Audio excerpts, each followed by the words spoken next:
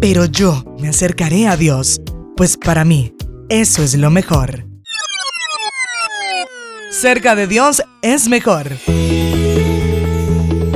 Con el pastor Louris Peñalosa. Hola, Dios te bendiga. ¿Cómo has estado? Bueno, nuevamente aquí en Cerca de Dios es mejor y hablando un poquito más acerca de quién es nuestro enemigo.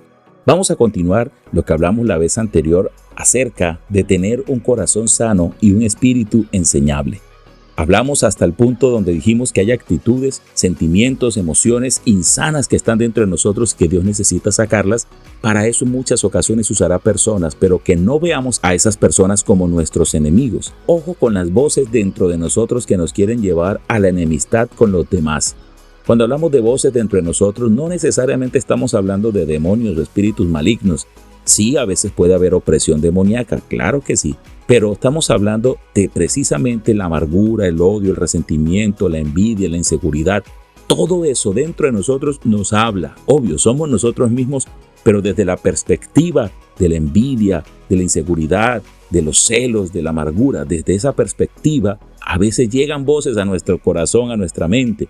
Por ejemplo, la amargura, la inseguridad. Dice la Biblia, a la mañana siguiente, Jonatán habló con su padre acerca de David, diciéndole muchas cosas buenas de él. El rey no debe pecar contra su siervo David, le dijo Jonatán. Él nunca ha hecho nada para dañarte. Siempre te ha ayudado en todo lo que ha podido.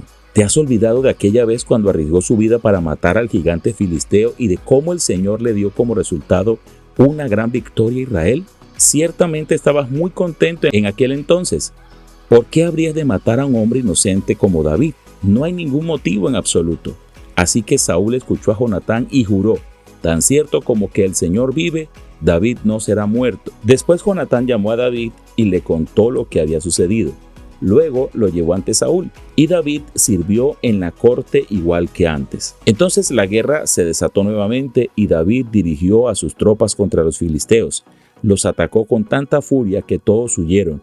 Pero cierto día, cuando Saúl estaba sentado en su casa con una lanza en la mano, de repente el espíritu atormentador de parte del Señor vino sobre él como antes. Mientras David tocaba el arpa, Saúl le arrojó su lanza, pero David la esquivó y dejando la lanza clavada en la pared, huyó y escapó en medio de la noche. Esto está en el primer libro de Samuel capítulo 19, versículos 4 al 10. Mira esta historia, cómo un hombre que le hace tanto bien a otro se convierte en un enemigo gratis por hacerle el bien. Así que ojo, David está tocando el arpa para Saúl y en la cabeza Saúl que está diciendo, este es mi enemigo, este me quiere arrebatar el trono, todo el mundo lo está aplaudiendo a él y a mí no, y le tiró la lanza a matarlo.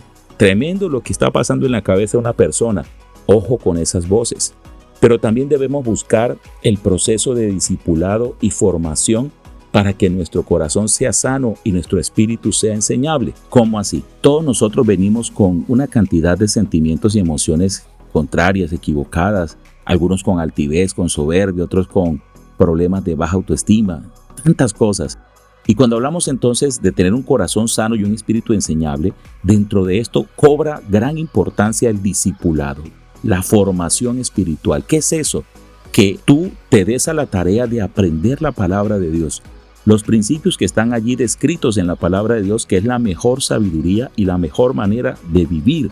Cuando tú aprendes de Dios, de su palabra, tu vida empieza a ser transformada, tu corazón empieza a ser sanado, muchas mentiras empiezan a ser derribadas del corazón, la verdad de Dios empieza a llenarte, el Espíritu Santo empieza a llenarte y te vuelves una persona con un corazón limpio, te vuelves una persona perdonadora, te vuelves una persona comprensiva, no te vuelves una persona perfecta, pero te vuelves una buena persona. Así que esas luchas disminuyen en gran manera y los enemigos como consecuencia empiezan a desaparecer, porque a veces somos nosotros mismos quienes generamos muchos de esos enemigos con nuestras malas actitudes. Entonces tu enemigo no es tu mamá, sino la soledad en que vives, porque te sientes abandonada o en la enfermedad que estás sufriendo. Tu esposo no es tu enemigo, sino las deudas que lo están atormentando y de pronto él no sabe cómo actuar y a veces se enoja.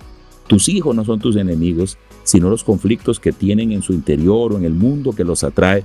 Tampoco son nuestros enemigos los amigos de ellos, sino la soledad en que están viviendo y tratan de llenar con escapismos como el alcohol, la droga y otras cosas. No son estas personas nuestros enemigos. Y la Biblia dice que si aún quiero buscar un enemigo, nuestro enemigo, el adversario contra el que debemos pelear y contra el que tenemos lucha es Satanás. Y para eso necesitamos hacer la lucha espiritual en oración, pero con una vida de obediencia a Dios. ¿Cómo logramos eso? Como siempre, es la pura verdad, acercándonos a Dios, porque cerca de Dios es mejor. Que Dios te bendiga. Casi todos creemos en Dios, anhelamos su ayuda, pero la mayoría de las veces lo ignoramos a Él e ignoramos sus principios. Te animamos a que no solo creas en Dios, sino a que vivas cerca de Él, porque cerca de Dios es mejor.